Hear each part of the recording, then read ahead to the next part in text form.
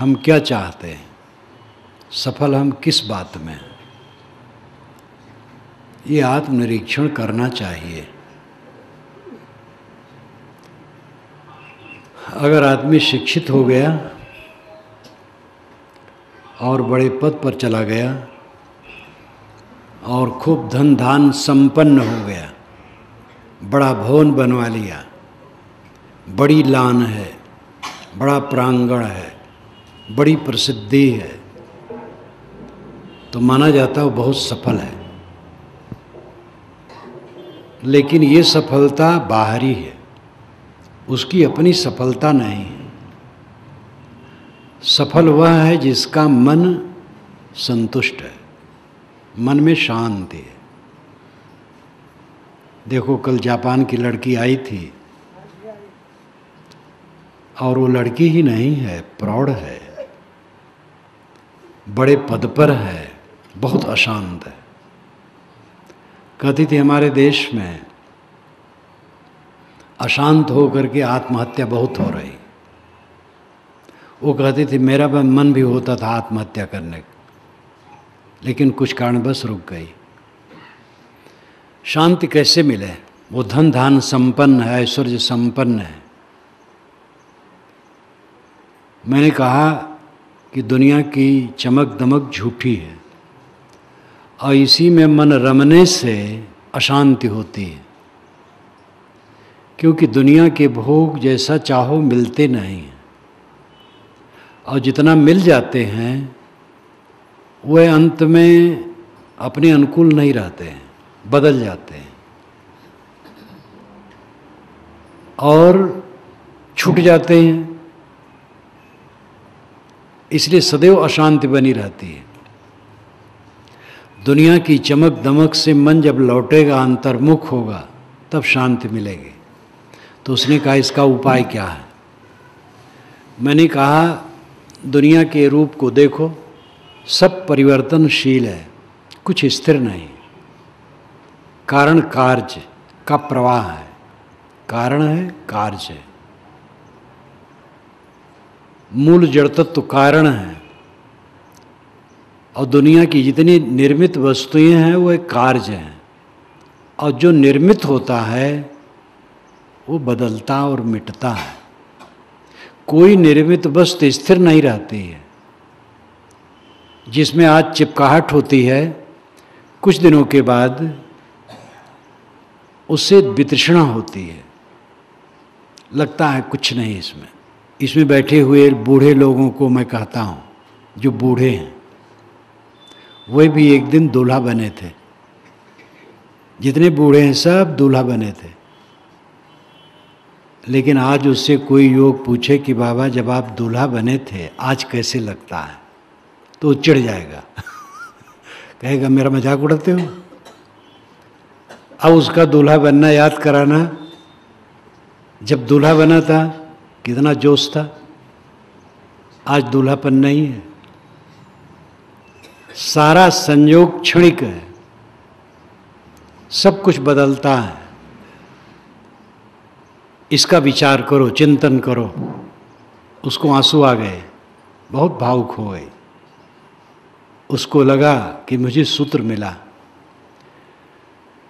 लेकिन भाषा की कठिनता,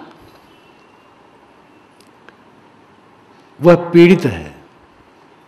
धन धान से संपन्न होने से मन बढ़िया नहीं हो जाता है।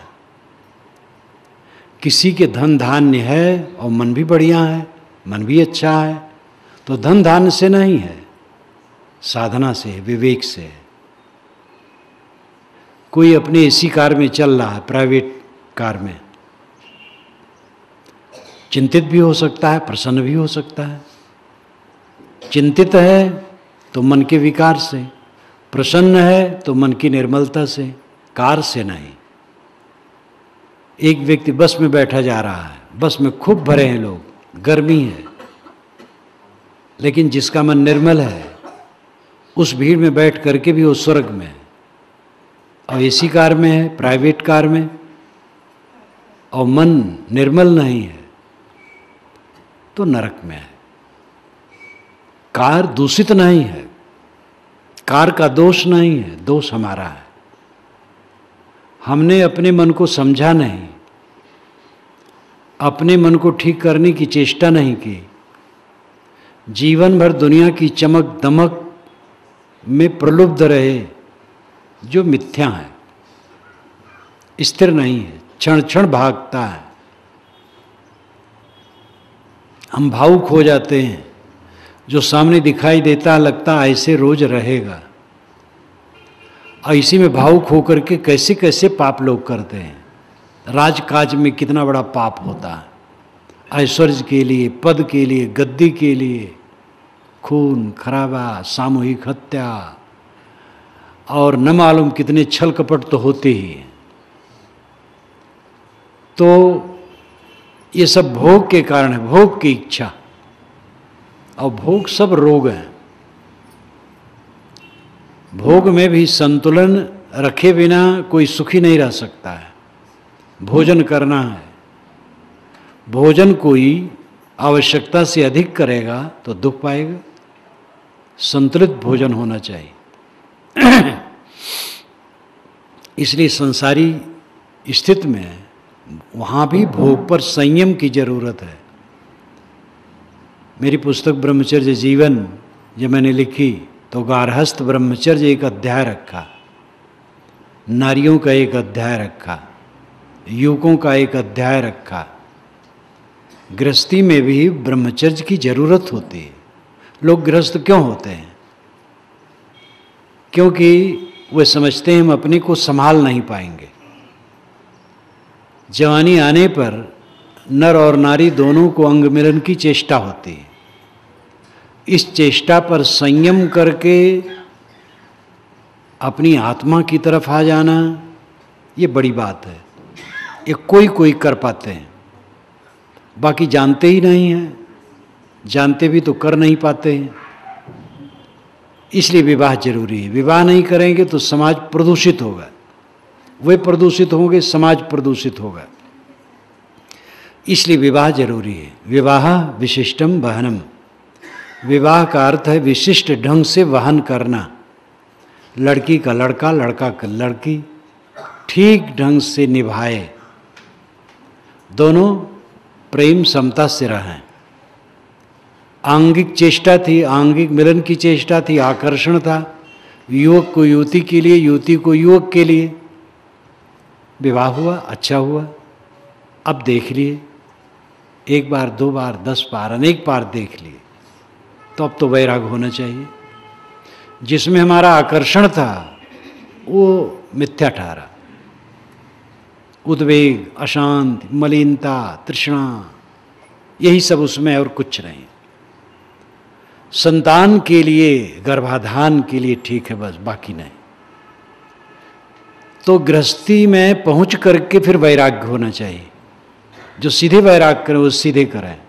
गृहस्थी में रह करके वैराग्य होना। गृहस्थ क्यों हुए? वैराग के लिए, ये अर्थ लगाइए। आकर्षण था इसलिए गृहस्थ हो गए।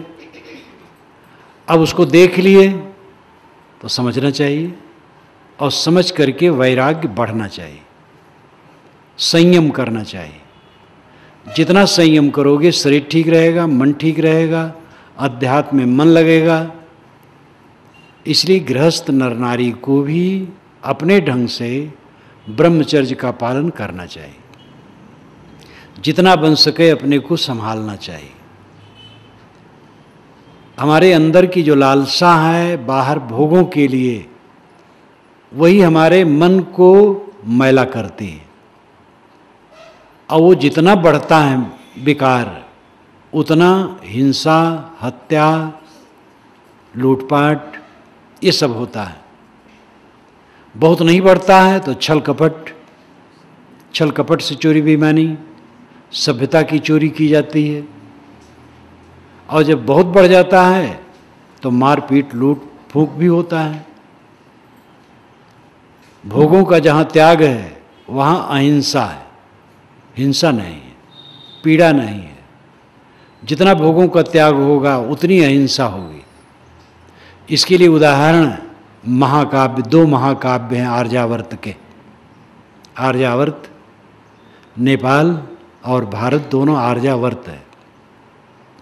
बल्कि नेपाल तो पूरा आर्यावर्त है, भारत पूरा आर्यावर्त नहीं है पंडितों के ख्याल से। विंध्य पर्वत तक ही है, और विंध्य पर्वत के उधर बहुत लंबा चौड़ा भारत है। आर्यावर्त एक देशांतर्गते पुण्य क्षेत्रे। पंडित लोग इस संकल्प में नेपाल के और भारत के दोनों एक ढंग से पढ़ते हैं। आर्यावर्त के 2 महाकाव्य हैं, महाभारत और रामायण। रामायण में राम भोग की इच्छुक नहीं है, उनको राज्य बताया गया और सुबह बताया गया वनवास। वाल्मीकि रामायण में लिखा है राम को शोक नहीं हुआ, ये राम का रामत्व है। उनको भोग की लालसा नहीं थी, भोग की लालसा होती कोई उनको हटा न सकता। राजा दशरथ अंदर से चाहते थे, प्रजा चाहती थी, भरत आ जाते कुछ दिन में, भरत तो ही चाहते, कोई हटा न सकता। लेकिन वह तुरंत फुरत चल दिए, उसी दिन चल दिए। वो सोचे अगर एक दिन रह जाऊं तो कोई विघ्न बाधा हो, रुक जाना पड़े तो ठीक नहीं है, माता कैकेयी को कष्ट होगा। और वह उसी दिन चल पड़े। ये भोग की भावना न होने से उन्होंने भाईचारे का बर्ताव किया, भाई के साथ उत्तम बर्ताव, भाई के लिए राज छोड़ दिया, माता पिता की आज्ञा मानी, मर्यादा का पालन किया। भरत को राज्य मिल गया था, लेकिन उनको भोग की भावना नहीं थी, राज की इच्छा नहीं थी। इसलिए चित्रकूट में जाकर के उन्होंने मनाया कि आप लौट चले। जब वे नहीं लौटे तो उन्होंने राज्य का काम तो किया, लेकिन राजभोग नहीं किया, तपस्वी की तरह जीवन बिताया। ये रामायण का उच्च आदर्श है त्याग का। महाभारत का उसका उल्टा है। कौरव पांडव राज्य के लिए, गद्दी के लिए कट करके मर गए। जहां भोग की भावना वहां हिंसा है, हत्या है। हिंसा केवल मार देना ही नहीं है। अगर हम दूध में पानी मिलाते हैं तो हिंसा करते हैं, दूध बेचते हो पानी मिलाते हैं, मिलावटबाजी करते हैं, घूस लेते हैं, बेईमानी करते हैं तो हिंसा करते हैं, किसी की कीमत कम आंकते हैं तो ये भी हिंसा है। संप्रदायों में बहुत है। कट्टर कबीरपंथी राम कृष्ण विष्णु शिव मोहम्मद ईसा बुद्ध महावीर इन सब का मूल्य ठीक से नहीं आंकते हैं। कट्टर राम उपासक कृष्ण का मूल्य ठीक से नहीं आंकते हैं, और कृष्ण उपासक राम को 2 नंबर में रखना चाहते हैं, शैव इन सबको हटा देते हैं। ये भी हिंसा है, ये भी भोग की भावना है। हमारा गुरु, हमारा महापुरुष सबसे ऊंचे रहे, इसलिए पूरी दुनिया हमारे झंडे के नीचे आए, ये भोग की ही भावना है। जहाँ तक हम दुनिया से भोग चाहते हैं उतनी हम हिंसा करते हैं, और उतना हमारा मन खराब होता है, और उतना हमें पीड़ा होती है। जितना हम भोगों को त्यागते हैं मन निर्मल होता है, और उतना हमें सुख होता है, सच्चा सुख, स्वाद का सुख, स्पर्श का सुख, गंध का सुख, रस का सुख, रूप का सुख। ये दुख पैदा करते हैं। लेकिन मन की शांति का सुख अनपायनी, अनंत है, नित्य है। जीवन में सफल हुआ है जिसका मन हर समय निर्मल है। ये कड़ी साधना से स्थित मिलने वाली है। कड़ी साधना कौन नहीं करता है? एक प्राइमरी का अध्यापक होने के लिए 25 वर्ष की उम्र तक पढ़ना पड़ता है। कहीं भी देख लो, हर जगह साधना करना है, कड़ी साधना करना है। अंतर्मुख होने के लिए जो साधना बड़ी सुखद है। हम धान बोते हैं, महीनों के बाद होता है। कोई भी फसल महीनों के बाद होती है। वर्षों पढ़ने लिखने के बाद तब कोई पोस्टिंग होती है, लेकिन साधना में काम शुरू करो तुरंत फल मिलने लगता है। ज्ञान की बात सोचो, सुनो, उसी में फल मिलता है। आप लोग बैठे हैं, सुन रहे हैं, आध्यात्मिक ज्ञान की बातें सुन रहे हैं, सुनने से आपको सुख मिलेगा।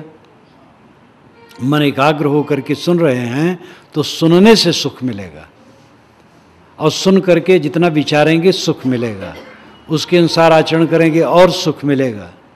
आध्यात्मिक साधना में तो साधना करते करते ही फल मिलने लगता है।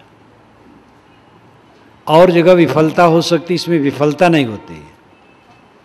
कोई पढ़ लिख करके भी नौकरी नहीं पाता है, कोई व्यापार में प्रयास करते करते सफल नहीं होता है, खेती फसल बीज डाले जाते हैं और सूखा पड़ गया, बहुत पानी बरस दिया, फसल नष्ट हो गई, कीड़े खा गए। विवाह लोग करते हैं, किसी किसी को बच्चे नहीं होते हैं, बच्चे होते हैं खराब स्वभाव के होते और दुख देते हैं। तो दुनिया की बातों में तो पक्का नहीं है सफलता, लेकिन आध्यात्मिक क्षेत्र में सफलता पक्की है, क्योंकि मोक्ष मिलता है त्याग से, भोग मिलता है ग्रहण से,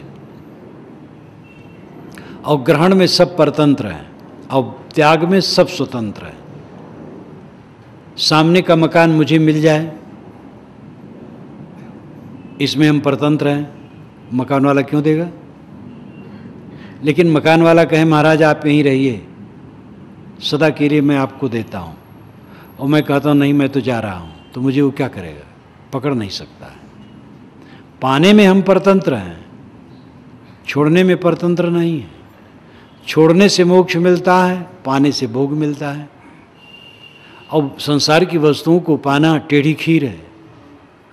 जवानी आई और चली गई, इसी शरीर में गल गई, सारा संयोग वियोग होता रहता है। दुनिया की चमक दमक में उलझ करके हमारा मन खराब होता है, और कुछ स्थिर नहीं है, सब भागा जा रहा है। समझदार वह है जो अपने मन को संभालता है, हरदम अपने मन को देखता है, मन को पवित्र रखता है।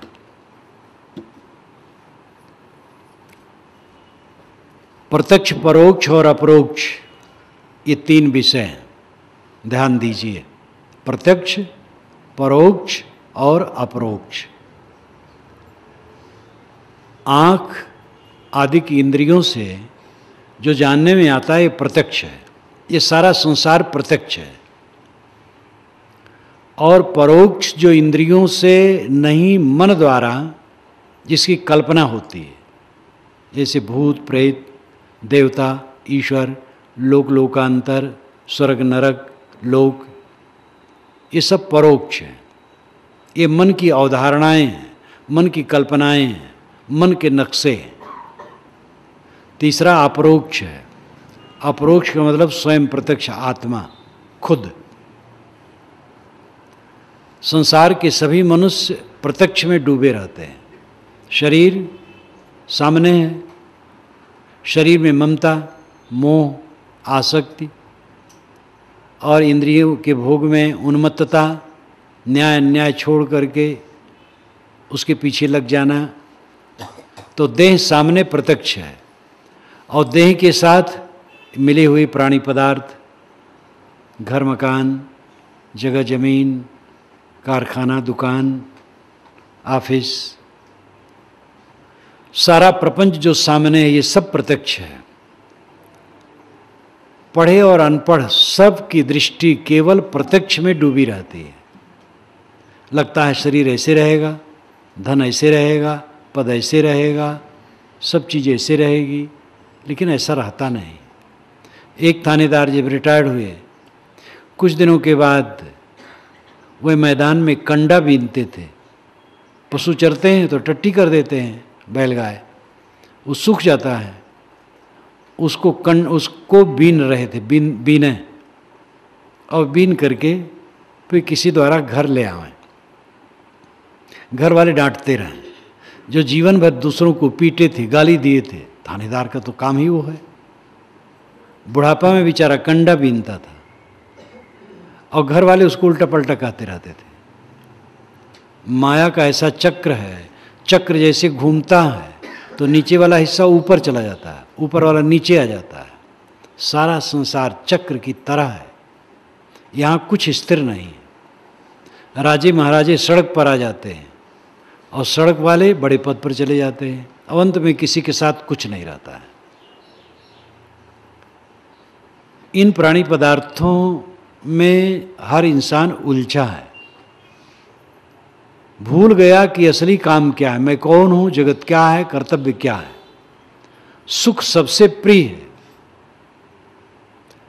आदमी किसी को नहीं चाहता है, सुख चाहता है। पत्नी को चाहता है, पति को चाहता है, झूठी बात है। एक युवक अपनी पत्नी से कहेगा तुम्हारे बिना मैं मर जाऊंगा, तुम्हारे बिना रह नहीं सकता हूं, बहुत दिखाएगा मोह। लेकिन पत्नी बीमार हो गई, खाट में पड़ गई। डॉक्टर ने कहा कि अब ये उठ नहीं सकती, जीवन में कभी उठ नहीं सकती है, आपको ही इसके मुख में ग्रास डाल के खिलाना पड़ेगा, शौच स्नान कराना पड़ेगा, सब कुछ करवाना पड़ेगा, ये जीवन में उठ के खड़ी नहीं हो सकती है। तो पुरुष चाहेगा कि भगवान इसको बुला ले। जो बहुत मोह दिखा रहा था वही चाहेगा कि अब ये न रह जाए तो अच्छा। पुरुष का ऐसा हो, पत्नी यही चाहेगी। पुत्र को ऐसा हो जाए, माता पिता चाहेंगे कि न रहे तो अच्छा है। अपना शरीर जब बहुत पीड़ित हो जाता है और अच्छा नहीं होता है और वेदना बहुत होती है तो कितने लोग आत्महत्या कर लेते हैं। अब आजकल तो आत्महत्या बहुत सरल है, कामनाएं जितनी बढ़ेंगी आत्महत्या बहुत बढ़ेगी। कामनाएं पूरी नहीं हो रही हैं, इसलिए आत्महत्या तो आजकल खूब चल रही है। वो तो मूर्खतापूर्ण है। लेकिन शरीर की पीड़ा से कोई आत्महत्या करे तो एक असाधारण लगता है, सह नहीं पाया। दुनिया के जितने राष्ट्र हैं इस पर विचार करते हैं ये कानून बनाया जाए कि शरीर से कोई अत्यंत पीड़ित हो, चाहे तो मौत स्वीकार ले कानूनन। लेकिन लोग नहीं बनाते हैं कि इसका दुरुपयोग खूब होगा। धनी लोग हैं, लड़के बच्चे पिता पितामह को डॉक्टर से मिल करके मरवा देंगे, मालिक बन जाएंगे। और केवल गृहस्थी नहीं, मानथी के लिए काम हो सकेगा, गुरुवाई के लिए हो सकेगा, क्योंकि जहाँ विवेक नहीं तहाँ साधु वेश कुछ काम नहीं करता है। आप लोग समय समय से अखबार में पढ़ते ही होंगे, जो बड़े बड़े प्रसिद्ध कहलाने वाले गुरु हैं, 2 नंबर वाले, चमत्कार फैलाने वाले, अवतार बनने वाले, आजकल वो यही सब करते रहते हैं। तो जीव को क्या प्रिय है? कोई वस्तु प्रिय नहीं, आत्मा के लिए सब प्रिय है। पैसा कोई लेकर के जा रहा है, काफ़ी रुपया है, रास्ते में बदमाश मिल गए और कहे कि सब रुपये रख दो नहीं तो बंदूक से उड़ा देंगे। समझदार आदमी होगा, रख देगा। पैसे हमारे लिए प्रिय हैं और हमारा ही जीवन जब खतरे में है तो पैसा क्या करेंगे? आत्मा के लिए सब प्रिय है। याज्ञवल्क्य ने मैत्रेयी से समझाते हुए बृहदारण्यकोपनिषद में कहा है कि पत्नी के लिए पति को पत्नी प्रिय नहीं होती, आत्मा के लिए प्रिय होती, अपने लिए प्रिय होती है। पति को पति के लिए प्रिय नहीं होती है पत्नी को, किंतु आत्मा के लिए होती है। धन के लिए धन प्रिय नहीं होता, आत्मा के लिए धन प्रिय होता है। ब्रह्म के लिए ब्रह्म प्रिय नहीं होता है, ब्रह्म आत्मा के लिए प्रिय होता है। अगर आपको पता लगे कि भगवान बहुत दुख देता है तो भगवान का नाम नहीं लेंगे। जब पानी नहीं बरसता है तो बहुत लोग भगवान को गाली देने लगते हैं, क्योंकि पानी में बरसा नहीं रहा है। यद्यपि पानी बरसने का कारण प्रकृति है, पानी कोई भगवान नहीं बरसाता है। अगर कोई चेतन भगवान बरसाए तो कायदे से बरसाएगा, सूखा क्यों करेगा? जड़ प्रकृति से पानी बरसता है। एक नवयुवक था, 100 फीट ऊंचे टीले पर चढ़ गया। टीला बड़ा ऊंचा था और सीधा था, चढ़ गया। आपके यहाँ तो टीला पर्वत, बड़े बड़े पर्वत हैं, तो चढ़ तो गया, लेकिन उतरने में उसको संकट लगा। जब आदमी संकटग्रस्त होता है तो देवी देवता मनाता है। जब देवी देवता का प्रार्थना करता है तो ये नहीं कोई देवी देवता उत्तर देता और जानता है, अपने मन में एक साहस आता है। उसने कहा, हे टीला का देवता, मैं उतर जाऊं सकुशल तो 100 साधु ब्राह्मणों को भोजन कराऊंगा। उसको साहस आया, उतरने लगा, 50 फीट उतर गया। तब उसने सोचा कि ये 100 साधु ब्राह्मण का खिलाना बड़ा महंगा होगा। कहा, देवता, मैंने भय में इतना कह दिया, 100 साधु ब्राह्मण नहीं, 50 साधु ब्राह्मण खिला देंगे। जब और उतर आया तो कहा, देवता, 50 भी बहुत होता है, 5 ब्राह्मण और 5 साधु खिला दूंगा। जब और नीचे आ गया तो कहा, देवता, एक बार और क्षमा कर दो, 1 ब्राह्मण खिलाऊंगा और 1 साधु खिलाऊंगा। जब जमीन पर आ गया तब कहा, हे देवता, इतने ऊंचे न कभी चढ़ूंगा न किसी को खिलाऊंगा, क्योंकि काम पूरा हो गया। देवता के लिए वो थोड़े चाहता था, अपने लिए चाहता था। आत्मा के लिए सब चाहा जाता है, लेकिन आत्मा को लोग पहचानते नहीं और आत्मा को दुख में डाले रहते हैं। चिंता, उद्वेग, ये दुख है। जिससे निश्चिंतता हो, उद्वेग शून्यता हो, शांति हो, सुबह नींद खुले, आनंद से मन रहे, कहीं मन टकराए ना, द्वेष, ईर्षा, मोह, ममता में टकराता है। जहाँ मोह रहता है दूसरे ढंग से खींचता है, द्वेष रहता दूसरे ढंग से खींचता है। ये चित्त का नरक है। सुबह नींद खुले, कहीं मोह नहीं, कहीं वैर नहीं, संभाव, कोई मन में खटक नहीं, प्रसन्नता, आनंद। दिन भर का अपना काम विवेक पूर्वक किए, व्यवहार का काम किए, साधना भजन किए, मन प्रसन्न रहा, बिस्तर पर गए, आनंद से सो गए, कोई चित्त का उद्वेग नहीं।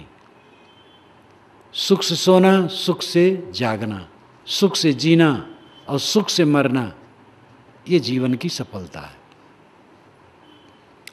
बड़ा मकान जीवन की सफलता नहीं है, बहुत धन जीवन की सफलता नहीं है, बहुत विद्या और पद जीवन की सफलता नहीं है, लंबी गुरुआई, बड़े महंत जगत गुरु होना जीवन की सफलता नहीं, प्रवक्ता होना जीवन की सफलता नहीं, लेखक होना जीवन की सफलता नहीं है। जीवन की सफलता है चित्त की निर्मलता होना, जिससे सदैव प्रसन्नता बनी रहे, आनंद बना रहे, ये जीवन की सफलता है। प्रत्यक्ष में मनुष्य डूबा है। कोई कोई जीव इस प्रत्यक्ष से ऊपर उठते हैं, विवेक जगता है कि जिसके लिए मुझे भोग की भावना थी वो सब नश्वर है, और आज तक देखा ठोकरे ठोकरे, जीवन में ठोकरे, तो उसको वैराग्य मन में जगता है दुनिया से, और उसका मन परोक्ष में जाता है। कहीं कोई देवता है, ईश्वर है, लोक लोकांतर है, तो देवता और ईश्वर की उपासना करने लगता है, और वो कल्पना करता है कि हमें कोई लोक में जाना होगा, उस लोक में बड़ा आनंद है। तो दुनिया के मोह से हट करके वह देवी देवता और किसी ईश्वर की उपासना में लग जाता है, तो उसका दुख घटता है, उसका दुख घटता है। दुनिया के भोग की जो घुड़दौड़ थी वो हट गई। इससे उसे उत्पन्न होने वाले पाप भी बंद हो गए, जीवन में स्वच्छता आ गई, और साकार ईश्वर, निराकार ईश्वर, बंसीधारी, कंबलधारी, धनुर्धारी, जटाधारी, किसी का ध्यान पूजन करने लगा तो उसके मन में सात्विकता आने लगती है और कुछ कुछ प्रसन्नता आने लगती है, लेकिन इसमें बोध नहीं होता है। परोक्ष प्रत्यक्ष इंद्रियों का विषय है और परोक्ष मन का विषय है। जानने की 5 इंद्रियां हैं, आँख, नाक, कान, जीभ, चाम।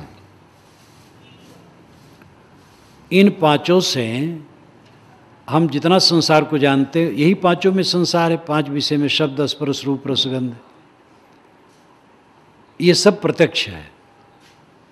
और मन से जो कल्पना होती है, मन से जो नक्शा होता है, वो परोक्ष है, वो प्रत्यक्ष में नहीं आता है।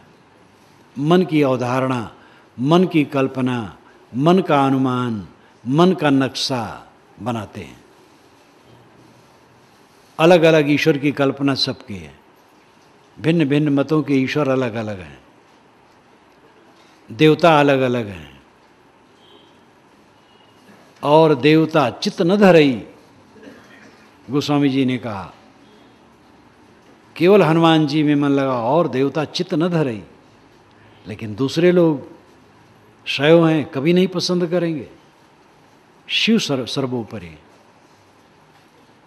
तो सब अपने अपने अलग अलग देवता हैं, अलग अलग ईश्वर हैं, किंतु इससे एक सात्विकता उत्पन्न होती है। ये बिल्कुल निरर्थक नहीं जाता है काल्पनिक सब मन की अवधारणाएं हैं, लेकिन इससे कुछ सात्विकता उत्पन्न होती है।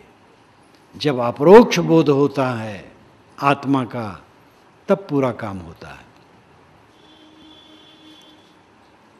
ईश्वर सर्वत्र व्याप्त है और कण कण में है।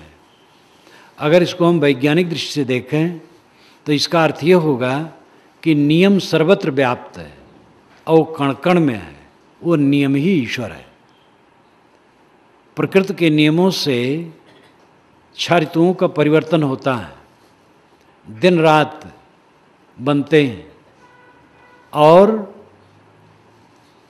कंकर, पत्थर, हीरे, मोती, वृक्ष, वनस्पति, झरने, तमाम कार्य पदार्थों का निर्माण होता है, परिवर्तन होता है। सब जगह नियम व्याप्त है। हमारे शरीर में नियम है, हमारे मन में नियम है, नियम व्यापक है, सर्वत्र है, कण कण में नियम है। वो नियम ही असली ईश्वर है। इसको वेद में ऋत कहा गया है। ऋतस्य तंतुम विततम, ऋत के तंतु सर्वत्र परिपूर्ण है, नियम के धागे सर्वत्र पिरोए हैं। ऋत ही आगे चल करके स्थूल ईश्वर का रूप ले लिया और सब भटकाव शुरू हो गया। ईश्वर को खुश करने के चक्कर में उसको लड्डू खिला करके, उसकी प्रार्थना करके सब काम पूरा करने के चक्कर में लोग पड़ गए।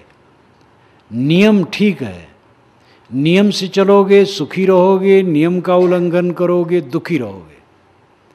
अगर 2 रोटी आपका पेट पचाता है तो 3 खाओगे तो तकलीफ होगी, 4 खाओगे तो बहुत तकलीफ हो जाएगी। जो आपकी आंत का नियम है उसको पहचानो और वैसे करो तो अमृत है। 2 व्यक्ति मिले तो क्या बात, कैसे बात करना चाहिए? प्रसन्न होके बात करना चाहिए। और जहाँ दोनों के विचार मिलें वहाँ से बात शुरू करना चाहिए। मिले रूखे फीके होके बोले और जहाँ विरोधी बात है वहाँ कह दिए तो ये नियम नहीं हुआ, इसमें खिन्नता होगी, उसको भी अपने को भी। बात के नियम होते हैं, हर काम के नियम हैं। कुछ नियम मनुष्यों के बनाए हैं, बाकी नियम स्वयंभू हैं, सदा से हैं। मनुष्यों के नियम परिवर्तित होते हैं। जैसे आपके घर में नियम हो गया कि 6 बजे भोजन कर लेना है शाम को, तो उसका पालन सबको करना चाहिए। जब देखा गया 6 बजे ठीक नहीं, 7 बजे ठीक है, तो बदल दिया गया। तो मनुष्यों के नियम बदलते हैं, लेकिन जब तक जो नियम रहे पालन करना चाहिए। समूह को बदलने की आवश्यकता हो तो सब मिल बैठ करके बदलना चाहिए। किंतु जो स्वयंभू नियम है वो अनादि से अनंत काल की तरफ निरंतर प्रवाहित हैं, वो सब समय रहेंगे। वही असली ईश्वर है, उसको पहचानो तो भ्रांति नहीं होगी। पानी कौन बरसाता है? कोई ईश्वर नहीं बरसाता है, जड़ प्रकृति के नियमों से बरसता है। कोई दयालु ईश्वर बरसाए तो खेत में बरसाएगा, सड़क में नहीं बरसाएगा, क्योंकि सड़क में कीचड़ हो जाता है। खेत में पानी की आवश्यकता है। धान के खेत में ज़्यादा वर्षा आएगा, गेहूं के खेत में कम वर्षा है, क्योंकि गेहूं को पानी कम चाहिए।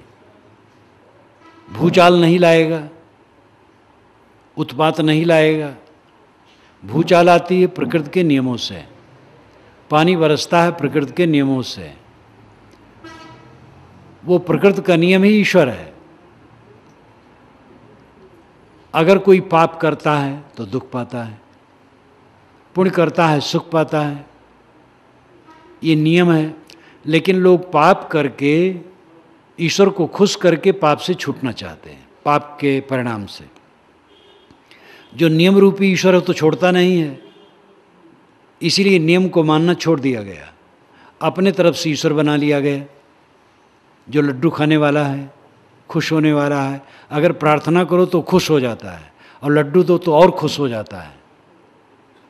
चोरी हमने की, लाखों की संपत्ति लाई, और उसके बाद 1000-2000 की चीज़, थोड़ा कपड़ा, थोड़ी मिठाई, थोड़ा नगद, फूलमाला लेके मंदिर में गए, भगवान की पूजा कर ली और रोने लगे, हे भगवान क्षमा करो। भगवान लड्डू पाया, कपड़ा पाया, खुश हो गया, क्षमा कर दिया। कैसी भूल भुलैया है। जो भगवान हमें चोरी करने से रोक नहीं पाया, वो भगवान हमारे चोरी कर्म के फल को काट कैसे पाएगा, ये विचार करने की जरूरत है। लेकिन भगवान के विषय में विचार करना नास्तिकता है। जो गुरु बाबा लोग कह दिए बस ऐसे चलो आंख बंद करके, तो भटकाव के सिवा कुछ नहीं है। ईश्वर हमें रोक देता चोरी मत करो, नहीं रोक पाया तो हमारे चौरत्व पाप को कैसे काट पाएगा। क्षमा मांगने की तरीका भी नहीं है। चोरी करे इंसान के घर में, क्षमा मांगे भगवान के घर में। जिसके घर में हमने चोरी की उससे क्षमा मांगे और कहें भैया हमने चोरी की, हम सारा माल लौटाए देते हैं, आप क्षमा करें, वो खुश हो जाएगा, बल्कि आपको पुरस्कार देगा, आप धन्य हैं। ऐसा कोई हो तो, लेकिन ऐसा नहीं होता है। चोरी करेंगे इंसान के घर में, क्षमा मांगे भगवान के घर में, क्योंकि हमने भगवान ईश्वर एक बना लिया, लड्डू पाने वाला, खुशामद पसंद, घूसखोर, कमीशन खाने वाला। बस अपने मन को संतुष्ट कर लिए कि हमारा पाप कट गया। ये भूल भुलैया धर्म के क्षेत्र में बहुत है। 18 पुराण और महाभारत, इन 19 जिल्दों में से अगर छांटे जाएं तो 40,000 श्लोक निकलेंगे जो भूल भुलैया के हैं। गंगम नहाओ पाप कट जाएगा, अमुक नाम लो पाप कट जाएगा, गायत्री जपो पाप कट जाएगा। कोई गायत्री जपे और देखा जाए कि उसके काम क्रोध लोभ मोह लुप्त हो गए हैं तो पाप कट गए। कोई गंगा में नहाया और निकला तो रागत द्वेषहीन, प्रशांत, आनंदमय हो गया। अब उसके जीवन में राग द्वेष नहीं है तो माना जाएगा पाप कट गया। और गंगा स्नान करके निकला, उसके बाद तम्बाकू रगड़ करके खा रहा है, गाली दे रहा है, छल कपट कर रहा है, तो कैसे कट गया। तो भूल भुलैया बहुत है, क्योंकि हमने जो ईश्वर गढ़ लिया है अलग अलग व्यक्ति ईश्वर, वो सदाचार और नैतिकता को झुठलाने के लिए। लेकिन जो विश्वव्यापी ईश्वर है, नियम जो कण कण में है, हर जगह है, उस नियम को ईश्वर माने और उसको पहचाने तो हम पाप नहीं करेंगे। जिस रूप से ईश्वर की कल्पना होती, ईश्वर हर जगह है, सब कुछ जानता है, सब कुछ देखता है। तो जहाँ हम चोरी करते वो देखता है, तो हम कैसे चोरी करेंगे। चोरी हम करें, कोई न देखे न देखे ईश्वर जरूर देखता है, कोई जाने न जाने ईश्वर जरूर जानता है। कहाँ है ईश्वर? आपकी आंखें ईश्वर की आंखें हैं। आप चोरी करेंगे तो आपकी आंखें देखेंगी, आप चोरी करेंगे तो आपकी अंतरात्मा जानेगी। ये अंतरात्मा ही ईश्वर है। ये अनुभविक और वैज्ञानिक है। ईश्वर आप हैं, आपकी आंखें ईश्वर की आंखें हैं। आप जो कुछ करते आप जानते हैं, अपने को कोई झुठला नहीं सकता है। लेकिन हम अपने को धोखा देने के चक्कर में पड़े रहते हैं। परोक्ष में लोग लगते हैं तो वो भी खंडनी नहीं है एकदम। कोई देवता पूजता है, कोई ईश्वर पूजता है, कोई कुछ करता है, कोई मंत्र जपता है, तो दुनियादारी से हट करके थोड़ा संतोष मिलता है, लेकिन बोध नहीं होता है, परम शांति नहीं मिलेगी। अच्छे अच्छे त्यागी संत, मन उनका निर्मल है, बड़े निर्मानी हैं, निष्काम हैं, लेकिन बुढ़ा गए हैं और रो रहे हैं अभी ईश्वर दर्शन नहीं दिया। इतना त्याग तब किया और ईश्वर अभी तक दर्शन नहीं दिया, क्योंकि बोध नहीं है। दर्शन जिसके होते हैं वो ईश्वर नहीं होता है, वो रूप होता है। और रूप एक विषय है, जड़ है, विषय नाम पदार्थ।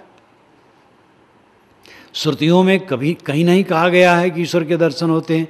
चारों वेदों में, 6 शास्त्रों में, समस्त वैदिक साहित्य में कहीं भी नहीं लिखा है कि ईश्वर के दर्शन होते हैं। ईश्वर के दर्शन का चक्कर तो ये पुराणों और महाकाव्यों में चला है। बौद्धों जैनों का बहुत बोलबाला हुआ आज से 2500 वर्ष पूर्व, तब से बढ़ता गया। तो वैदिक पंडितों ने ये पुराण महाकाव्य इत्यादि रचे और इसमें स्थूल बातें बहुत लगाईं और खूब महिमा बढ़ाई, तो जनता उधर झुकी। तो झुकी तो जरूर, लेकिन अंधविश्वास बढ़ गया। उपनिषद, वैदिक साहित्य उपनिषदें जो हैं, उनमें न तो अवतारवाद है, न देववाद है, न चमत्कार है, आत्मज्ञान है और कर्म सिद्धांत है। कबीर वाणी अपने ढंग से उपनिषद है। कबीर वाणी आप देखिए, बीजक, इतना अद्भुत ग्रंथ। बीजक पढ़ें तो मानो आप वैदिक साहित्य भी पढ़ते हैं, और यहाँ तक कि इस्लाम का भी ज्ञान आपको होगा। कबीर साहब को लोग कहते पढ़े लिखे नहीं थे। वैदिक ऋषि कौन पढ़े लिखे थे? किताब थी ही नहीं तब। पढ़ाई लिखाई का महत्व नहीं है, ज्ञान का, अनुभव का महत्व है। तो उपनिषदें जो प्राचीन हैं, वैदिक हैं। कबीर साहब का तो 600 वर्ष का है। उपनिषदें तो बहुत प्राचीन हैं, वैदिक हैं। लेकिन वैदिकों को समझना चाहिए कि जो ज्ञान के खजाना उपनिषदें हैं, उनमें देववाद नहीं है, चमत्कार नहीं है, अवतारवाद नहीं है, छुआछूत नहीं है, ऊंच नीच की भावना नहीं है, समता की भावना है। व्यवहार पक्ष भी उज्ज्वल है और अध्यात्म पक्ष भी उज्ज्वल है। और आत्मा के विषय में यदा पंचावतिष्ठन्ते ज्ञानानि मनसा सह बुद्धिश्चाना विचेष्टत तामाहु परमाम गतिम। ये श्रुत वचन है, वैदिक वचन है। जब 5 ज्ञानेंद्रिय मन और बुद्धि शांत हो जाएं, तब ये परम गति है। 5 ज्ञानेंद्रियां शांत हो गईं तो प्रत्यक्ष से ऊपर उठ गया, और मन बुद्धि शांत हो गई तो परोक्ष से ऊपर उठ गया, फिर अपने आप परमानंद में, परम कल्याण में। ये विचार और कबीर विचार बिल्कुल मिलते हैं। कबीर का साहब कहते हैं, मन से ता मन को चीन्हो मुरे भाई, तन छूटे मन कहाँ समाई। मन से ऊपर उठो। मन की जितनी अवधारणाएं हैं वो परोक्ष हैं, उनसे ऊपर उठ जाना, आत्मज्ञान में रम जाना, ये अपरोक्ष है। अपरोक्ष नाम स्वयं प्रत्यक्ष आत्मा। इंद्रियों से जो दिखाई देता है उसका मोह छूट गया, और मन से जितनी कल्पनाएं हैं उसका मोह छूट गया, तब आत्मा शेष रहा, स्वयं शिव स्वरूप, कल्याण स्वरूप। ये अपरोक्ष बोध और अपरोक्ष ज्ञान है। कबीर साहब ने सदैव अपरोक्ष पर जोर दिया। उपनिषदों में परोक्ष ब्रह्म अपरोक्ष ब्रह्म दोनों का वर्णन है, लेकिन वेदांती पुरुष भी जो विशेष चिंतक हैं वे परोक्ष ब्रह्म को श्रेय नहीं देते हैं। परोक्ष ब्रह्म दुनिया बनाया उसने, उसको श्रेय नहीं देते हैं, अपरोक्ष ब्रह्म को श्रेय देते हैं। आत्मानं चेद विजानीयात् अयमस्मित् पुरुषः किमिच्छन्य कस्य कामाय शरीर मन संजरेत। जिसने समझ लिया यह आत्मा ही परम पुरुष है, किस इच्छा से, किस वासना से इस शरीर के पीछे चल करके जन्म मरण का बुखार लगाए रखेगा, तपता रहेगा, तो आत्मा ही को ब्रह्म कहा। इसीलिए कहा अहम ब्रह्मास्मि तत्त्वमसि प्रज्ञानम ब्रह्म, अयम आत्मा ब्रह्म, मैं ब्रह्म हूँ, तुम ब्रह्म हो, ये आत्मा ब्रह्म है, ज्ञान ही ब्रह्म है। ब्रह्म नाम बड़ा श्रेष्ठ, आत्मा ही श्रेष्ठ है। हृदय भीतर आरसी मुख देखा नहीं जाए, मुख तो तभी देखियो दिल की दुविधा जाए। साहब कहते हृदय के भीतर में सबके विवेक का दर्पण है, उसी से अपने स्वरूप का बोध होगा। दिल की दुविधा जाने पर बोध होगा। बाहर भटको मत अंतर्मुख हो, पानी में मीन पियासी, मोहि सुन सुन आवत हाँसी, आत्मज्ञान बिना नर भटके, कोई मथुरा कोई काशी। जैसे मृगा नाभि कस्तूरी, बन बन फिरत उदासी, जल बिच कमल कमल बिच कलियाँ, तेहि पर भंवर निवासी, सो मन बस त्रैलोक भयो सब जति सती सन्यासी। जाको ध्यान धरे विधि हरिहर मुनिजन सास 88, सो तेरे घट माहि विराजे परम पुरुष अविनाशी। है हाजिर ते दूर बतावें, दूर की बात निराशी, कहें कबीर सुनो हो संतो, बिन गुर भरम न जासी। गुरु की जरूरत है जो बोध दे। प्रत्यक्ष परोक्ष अपरोक्ष, प्रत्यक्ष पांचों विषय जगत प्रपंच है, सब लोग इसी में डूबे हैं और इसीलिए सब दुखी हैं। आप आत्मा हैं, चेतन हैं, आप देह नहीं हैं। आपके जीवन का फल आत्म शांति है, कल्याण है, ये समझें।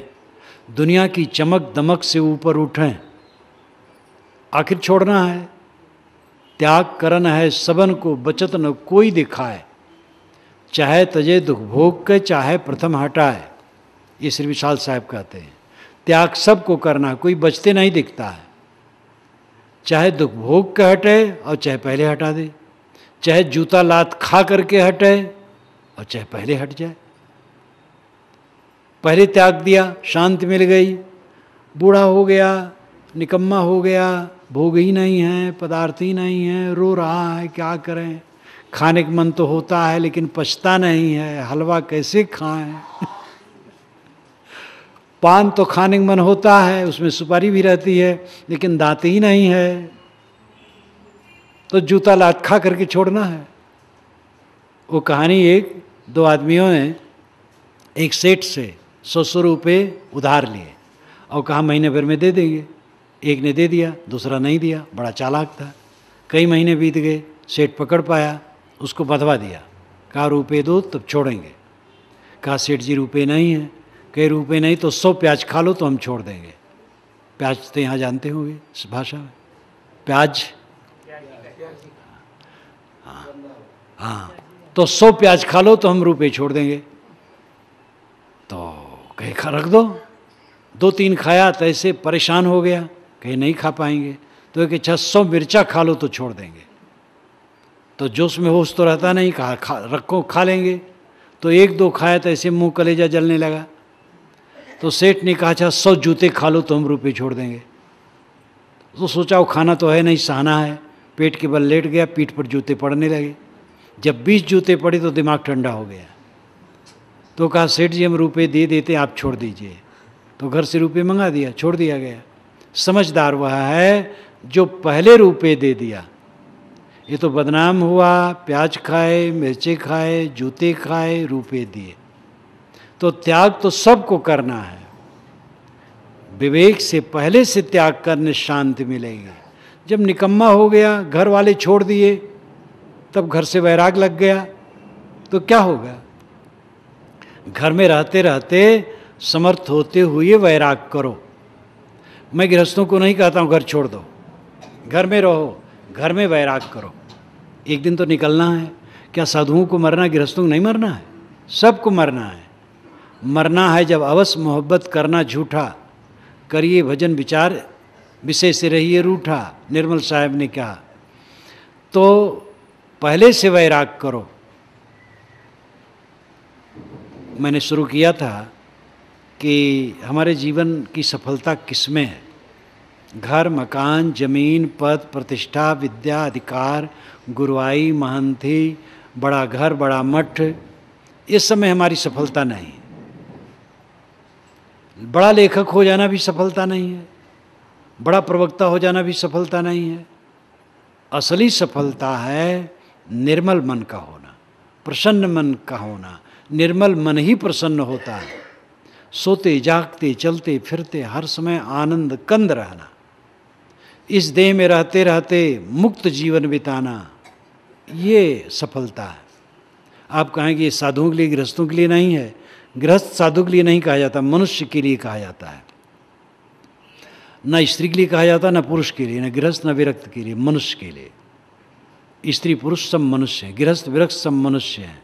सुख सबको प्रिय है। भोजन करने के समय कोई गृहस्थ नहीं कहता है कि महात्मा लोग, आप लोग तो भाई दाल भात खाओ, हम तो बालू खाएंगे। गृहस्थ भी कहते हैं हम दाल भात खाएंगे। तो कल्याण तो सबको प्रिय है। गृहस्थी विरक्ति दो श्रेणी है और प्रयोजन सबको वही है। परम शांत, परमानंद, परम प्रसन्नता जीवन का परम फल है। इस पर ध्यान देने की जरूरत है और इसके लिए अपरोक्ष बोध, ये प्रत्यक्ष से तो मोह छोड़ना ही है, परोक्ष जो तमाम कल्पनाएं कर रखी गई हैं उनसे भी ऊपर उठना है, आत्मा का बोध प्राप्त करना है। अपने को पहचानो। मैंने पहले दिन कहा था, बंदे कर ले आपने बेरा, आप जियत लखो आप ठहरू कर मुझे कहाँ घर तेरा। अपने को पहचानो, अपने को समझो, अपने को सबसे छुड़ाओ, निर्मल करो चित्त को, अपने आप में लीन हो। इसके लिए सब लोग एकांत बैठो। ये देवियाँ जितनी बैठी, ये भी अगर देवता आपके घर के खा लें और आप न खाएं तो आपका पेट नहीं भरेगा। अपना अपना खाने से पेट भरता है। इसलिए स्वयं स्त्री पुरुष गृहस्थ विरक्त सब अकेले में बैठो, मौन हो जाओ, ध्यान करो, चिंतन करो, स्वाध्याय करो। सेवा तो आप लोग करते हो, सेवा करो, सेवा से चित्त शुद्ध होगा। अकेले में बैठो, स्वाध्याय करो, ज्ञान के ग्रंथ को पढ़ो तो ज्ञान की बातें दिमाग में ताज़ा रहेंगे। चिंतन करो, संसार नश्वर है, शरीर नश्वर है। शरीर क्या है? हड्डी की झोपड़ी है, चाम का थैला है, टट्टी पेशाब की पोटली है, नश्वर है, नहीं रहने वाली है, छूट जाएगी ये देह। आत्मा अमर शुद्ध बुद्ध निर्मल है, मैं आत्मा हूँ, देह नहीं हूँ। इस प्रकार विचार चिंतन कहलाता है।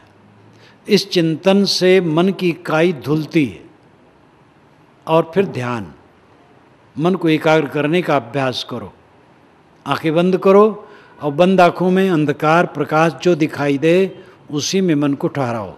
एक खूंटा है मन को बांधने का।